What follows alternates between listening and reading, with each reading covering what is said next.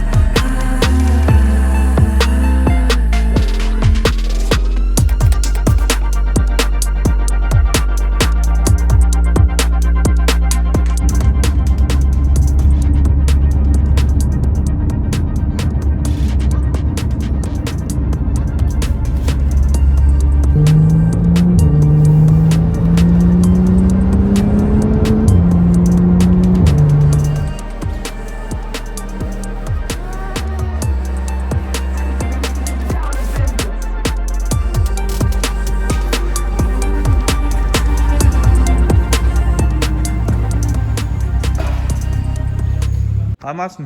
Goddag. Hvorfor er du her ved Smeedman i dag? For at afhente min nye bil.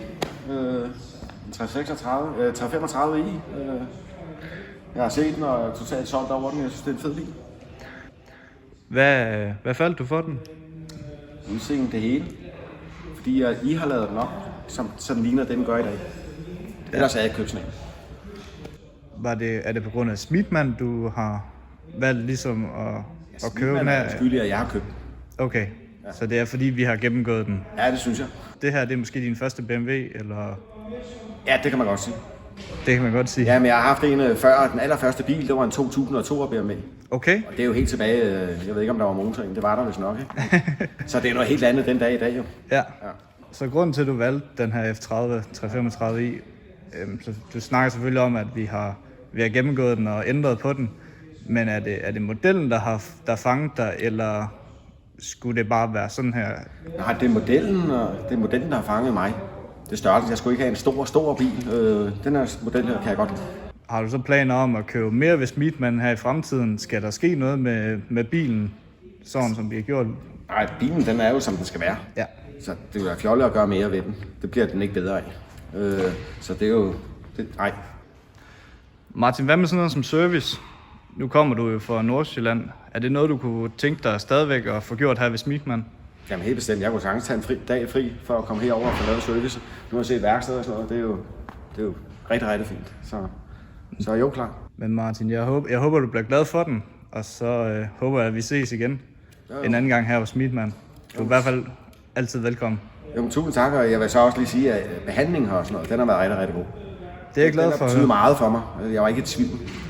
Nej. Så. Det er vi glade for, at det synes vores kundeservice er god, for det går vi også meget op i. Ja, meget, meget. Super. Martin, mange tak. Selv tak. Og tillykke med bilen. Tak skal du have.